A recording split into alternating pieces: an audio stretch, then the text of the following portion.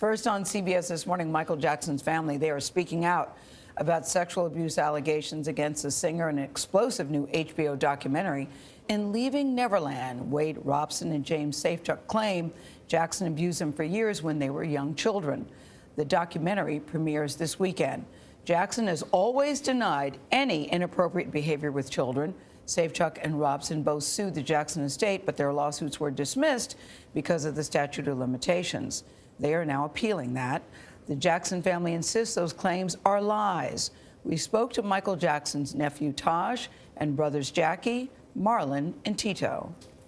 I take this interview very, very seriously because it is very disturbing to me. And that's why I did want to talk to this child psychologist who's an expert. And she said it is extremely rare for teenage boys to make false claims of inappropriate sexual conduct against a man in particular. Unless you're Michael Jackson. Wade Robson met Michael Jackson when he was 5. James Safechuck filmed a commercial with Jackson just before he turned 9. Both say that for years the pop icon invited them to his homes and molested them.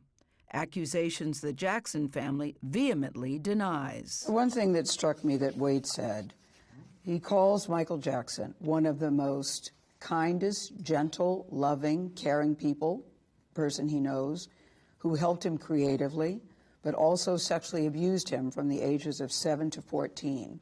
Do any of you think that both can be true? Michael helped him in what he wanted to do with videos and music from that side of things.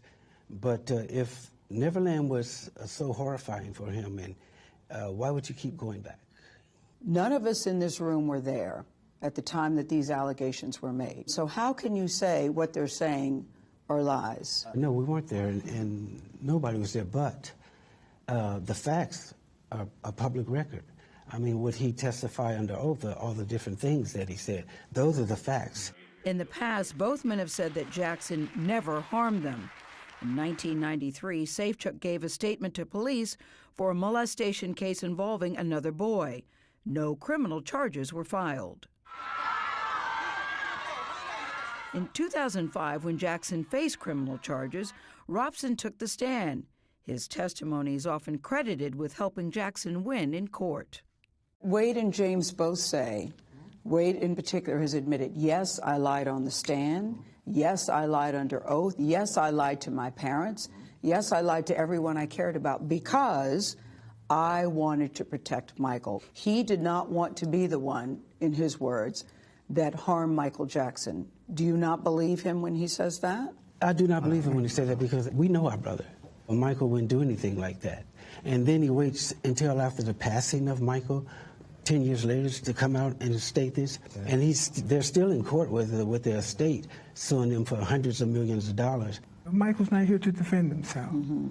So you think the only reason they're doing it is because Michael is no longer here? And you don't buy that they wanted to protect him and that's why under oath they lied for him? No, Wade's never protected anyone in his life. Does the whole family feel this way? I've seen the comments from the brothers, but I haven't heard anything from your sisters. Everybody feels the same way about this. Of course. I think there's a fear as well to put more energy to it and more eyeballs to it. I think that's why my Aunt Janet hasn't said anything, because she doesn't want to make it any bigger. Why do you think they're coming forward now? Money. You think it's all about money? Well, it's all about money. It's always been about money.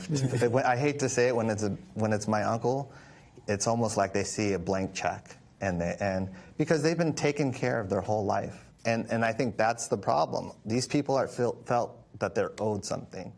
You know, instead of working for something, they blame everything on my uncle. Some would say there's a lot at stake financially for the Jackson family as well. No. We don't get anything from this. Emotionally, but not financially. I mean, Though the Jacksons haven't seen the documentary and say they will never watch it, they take issue with filmmaker Dan Reed, who they say never reached out to the family for their side of the story. So he took what they were saying, face value, as to be true. But he trusted them, which is nothing wrong with that, but you must verify.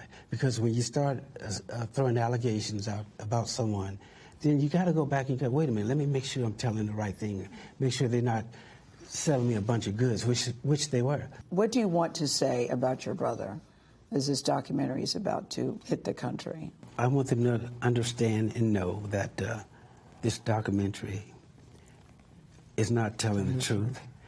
There has not been not one piece of evidence that corroborates their story.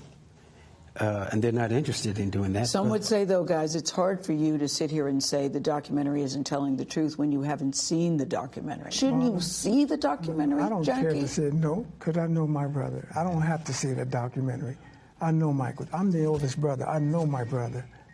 I know what he stood for, what he was all about, bringing the world together, making kids happy. And he was never, in your opinion, abusive to children? No, never. Never inappropriate with children? Never in a sexual way? No, in a sexual way. And the people that really know him, they know the truth too. Yeah, they are very adamant. As you see, they said that over and over and over again. And even asked different ways about Michael. They all go back to, we know him. The world doesn't know him the way we know him, and he would never, ever hurt a child, which is what Michael Jackson used to say all the time. And look, I understand as a family, they want to defend and protect him. But one thing that stood out to me watching the documentary is how alone Michael Jackson seemed, right? You didn't see the family around him. In fact, he viewed these boys as family. So that doesn't necessarily work with what they're saying. He had a very complicated relationship with his family. And when you see the documentary, you will see he felt very close to strangers who you would think didn't know him as well as his family did. It's a very interesting dynamic all the way around, but they are very adamant about this. Michael Jackson did not do this. This is about money, and their brother is not here to defend himself.